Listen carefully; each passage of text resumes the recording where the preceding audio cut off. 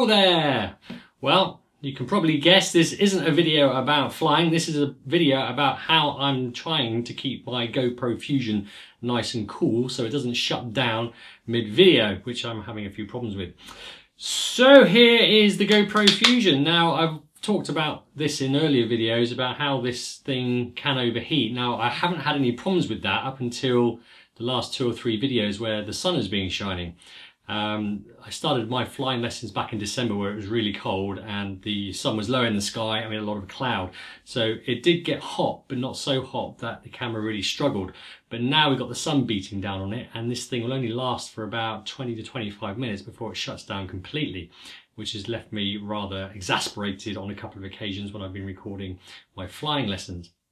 So what I have been doing up until a few lessons ago is to be doing what the forums have been telling me to do, which is to open up the battery compartment.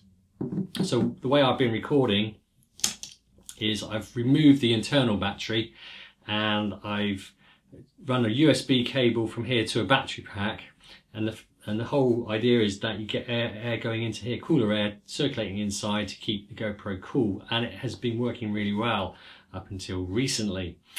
So that's not enough anymore, so I've had to think about what we could do. So I've come up with a few little ideas and they have evolved over the last few lessons to one which has worked really, really well. Now my first idea was to buy a really cheap USB fan. So this costs a few quid off eBay, and then this is actually a mobile phone holder for a car, which you stick on the windscreen there. So what I did is I had the GoPro suckered to the window of the aeroplane, and then I had the fan positioned around about there so it was blowing into the battery compartment, and that worked. It worked really well. The downside is the camera picked up this fan. Now I didn't think that was going to be a big problem given that these blades spin so fast. It's very difficult to see with the human eye that it's spinning. But with this camera's shutter speed, it became very intrusive. And all you can see in some of the videos is this whopping great big fan right next to the GoPro. So whilst it worked, it didn't make particularly appealing footage. And I had to try and cover it up with the Cloud Ahoy map. So I rejected that idea. So what did I do next? Well, the next thought I had was, and this is an idea I got off one of the forums actually. There was just a casual comment by one forum user, what about a fan on the side? I thought, well, that's not a bad idea at all. So I looked into PC fans and I found this one. Now most PC fans come with a 2 or 3 pin connector, whereas this one actually had a USB plug, which was incredibly handy. And not only that, it had a speed control just here. So you had off, low, medium and high speeds, which was great. And I thought, well, how am I going to mount this to the side of the GoPro?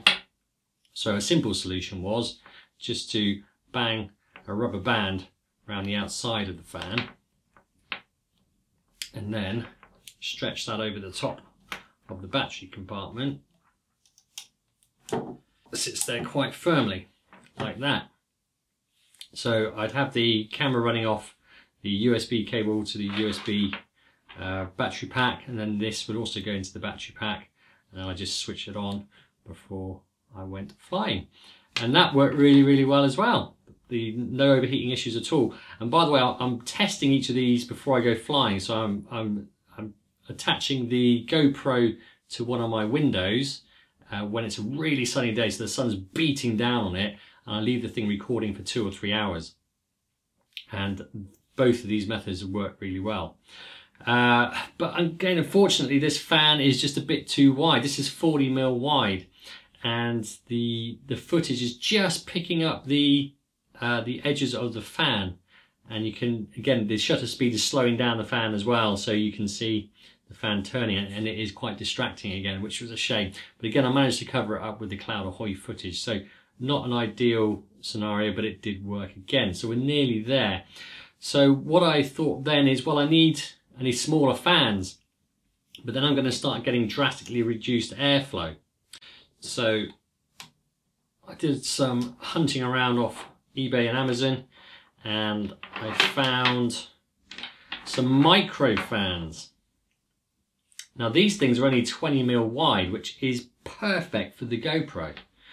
It literally sits absolutely flush to the sides of the camera, but they're tiny, so I didn't think one would be enough, so I bought two. And what I did when I got them is I just super glued them together. Now these had 2-pin connectors, so I had to cut those ends off and then attach a USB lead to it, so that could be plugged into my battery pack. And then what I did is I had to cut this elastic band vaguely in half because it was a bit too wide. And I did exactly the same as the last one. I just slid that up to there. Then I just hid this cable underneath, and that was blowing air into the battery compartment throughout the flight. And that worked. I was a bit amazed because when I put my hand against the fans, they weren't blowing an awful lot of air, but the combined effort of them both seemed to do the trick. And when I tested it a few days ago on my window with the sun beating down on it, it did get quite hot, certainly hotter than these other two methods, but not enough to make the GoPro switch off. So that is it, and that does not show in the footage, which is excellent. That's exactly where I wanted to get. So I'm now using this setup. So the GoPro will be mounted on a suction cup, which is then stuck to the window of the Piper. This is then attached to the GoPro, and I wind it round the GoPro mount so it's not in view of the camera footage. The camera is powered by the USB, and then off we go, and it works great. So that's how to do it. So that's good if you're doing things like what I'm doing, which is recording flying lessons, but this would be a bit of a headache if you're doing anything else. As I say, I only bought this Fusion for the whole purpose of recording my flying lessons, and now that is perfect. But if you're using it for other things, I don't know what people use GoPros for. I've seen videos of skiers, well I guess it's quite cold when you're skiing, so you probably wouldn't need it there.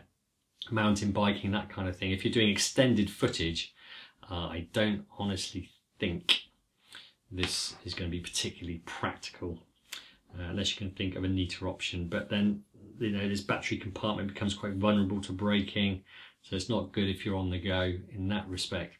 But it works perfectly for me. Now I would hasten to add, in defence of the Fusion, it's only because I'm using it for such long extended periods of time. It hasn't overheated even after 2 hours of use when I've been flying in the colder weather or with cloud. It's not until the sun is beating directly down on it that we're getting issues with it. I'm not entirely sure the Fusion is designed for extended periods of recording, which is what I'm doing. I think it's really designed for short bursts of recording, a few minutes here and a few minutes there, rather than on all the time. But now, as I say, it's all sorted. I can use this camera for as long as I want when I'm flying, just with a bit of ingenuity with some fans. If you want to know where I got these, I think I've already said it in the video. These ones, that came from eBay. That was cheap as chips, same as the holder and the fans here. That's a regular PC fan. That's a micro fan. I don't know where you find those. I've never seen one of those in a PC, but I also got that from Amazon as well. The USB cables came from Amazon too. So that is it. So if you're looking for a way to cool your Fusion, I hope this helps.